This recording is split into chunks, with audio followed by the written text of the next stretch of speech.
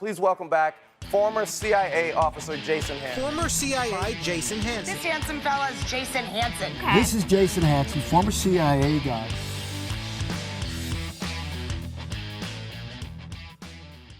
I got a really interesting question from a reader that I want to go over, and it's, can self-defense go too far? Now, my name is Jason Hanson. I'm a former CIA officer. You might see me on Shark Tank or Fox News. Now, before I answer it, don't forget to like, subscribe, turn on that ring notification. But let's get back to the reader's question, which I thought was, again, pretty good. Can self-defense go too far? And luckily, the answer is simple, and of course it can, obviously. You've all seen those movies where the guy gets in a fight, and the guy's down on the ground, and the guy starts punching him.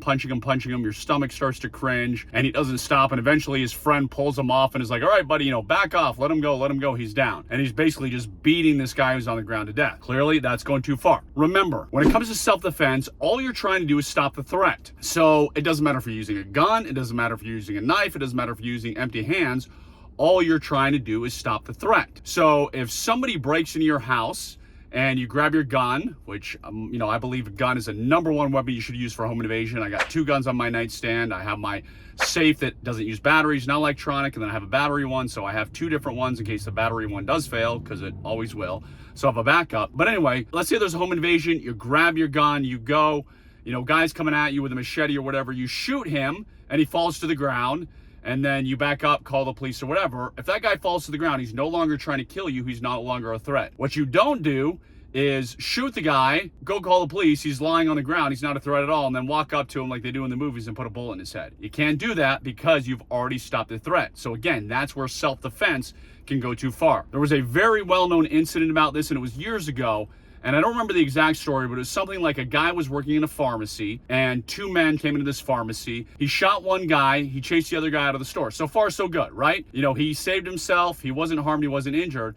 But as he's walking back, the guy laying there, no longer a threat, he put a few more rounds in him. That guy ended up going to jail because he went too far. The guy wasn't a threat anymore. The district attorney says Ersland was justified in shooting the victim once in the head, but not in shooting him repeatedly a short time later when the victim was already unconscious. So it doesn't matter how many rounds it takes to stop the threat. Doesn't matter how many punches. So some guys are trying to attack me, and I kick him and I punch him. It doesn't matter if it's 1 time or 50 times. I've got to stop when the threat is stopped. Same thing with a home invasion. Guy breaks into my house. I shoot 1 round. He goes down. I'm safe, my family's safe, I call police, I don't need to do anything anymore, that threat is stopped. But if it's some guy coming at me and I fire, let's say I go through my magazine of 15, I gotta reload another magazine, guy's high on drugs, I shoot 15, doesn't matter if I shoot 30 rounds if that's what it takes to stop the threat.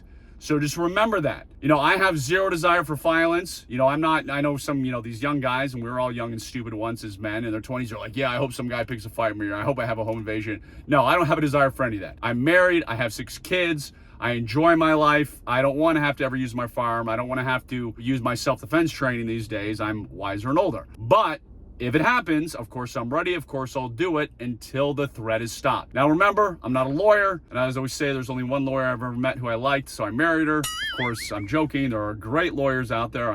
I know them just like every profession. There are awesome lawyers and there are terrible lawyers. So find an awesome lawyer if you have any questions on self-defense law, on concealed carry law, because I'm not a lawyer.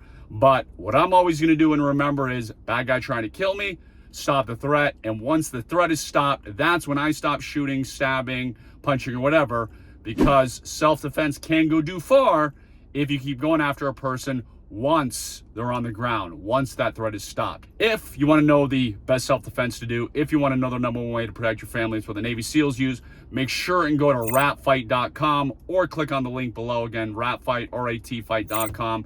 You're going to see pretty much the only program that isn't mine that I've ever endorsed.